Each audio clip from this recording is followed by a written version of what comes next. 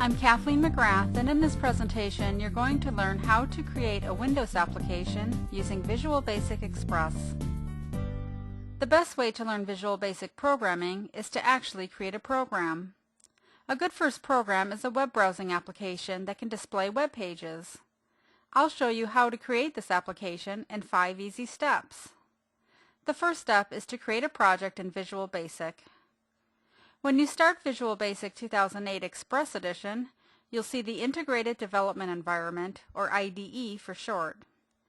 To create a project, click File, then New Project, and in the New Project dialog box, select Windows Application. Since this is the first application you're creating, it automatically names it Windows Application 1. Click OK, and it will create your project. Notice it created a form called Form 1 in an area of the IDE known as the Form Designer. And all of the required files are located in an area of the IDE called Solution Explorer. Now this is all that was needed to create a project in Visual Basic. Next, you'll create the user interface of your application. To add controls to your application, you can drag the controls from the toolbox. In my IDE, the toolbox is hidden, so I'll point to the Toolbox tab on the sidebar to open it, and then I'll pin it into place so that it's easier to use. If for some reason the toolbox is not visible at all, not even on the sidebar, click the View menu and then click Toolbox, and it will open. Notice that you can open other windows from this menu, such as Solution Explorer and the Properties window. I'll click the All Windows Forms tab to see a list of all of the Windows form controls that are available to me. Currently I have them in alphabetical order, but if for some reason yours are not in alphabetical order, you can right-click and then select Sort Items Alphabetically.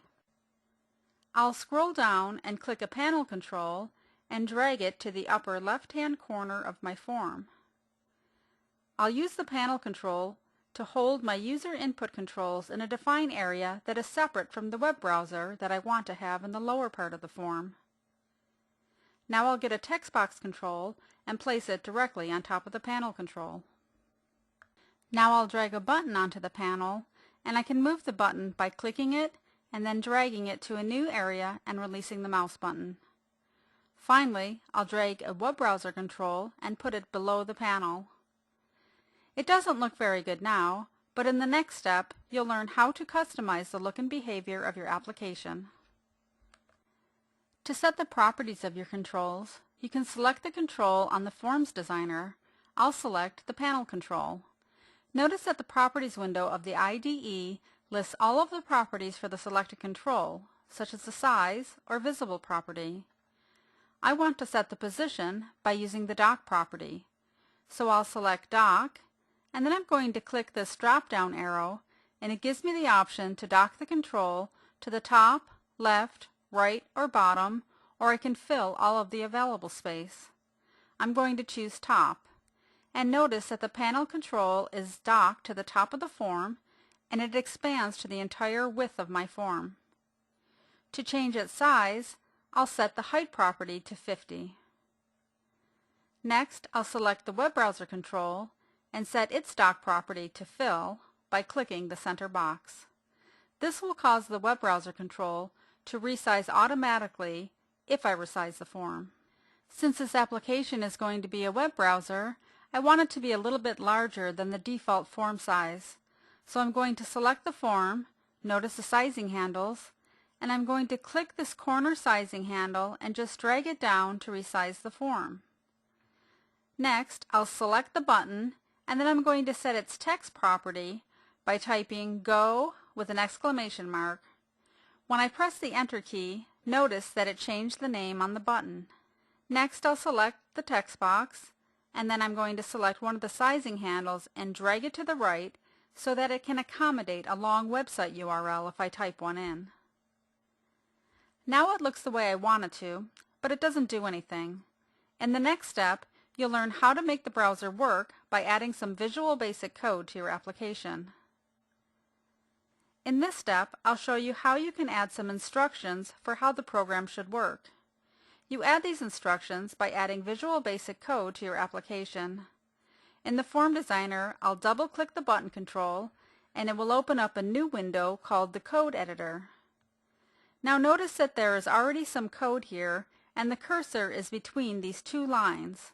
The top one says private sub button 1 underscore click, and then there's some variables in parentheses, and the bottom one says end sub.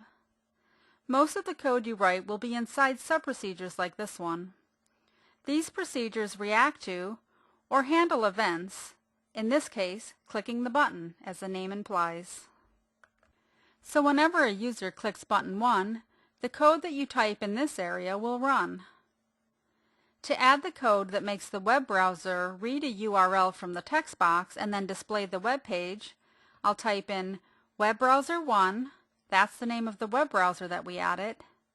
I'll type a period or dot, and then type navigate.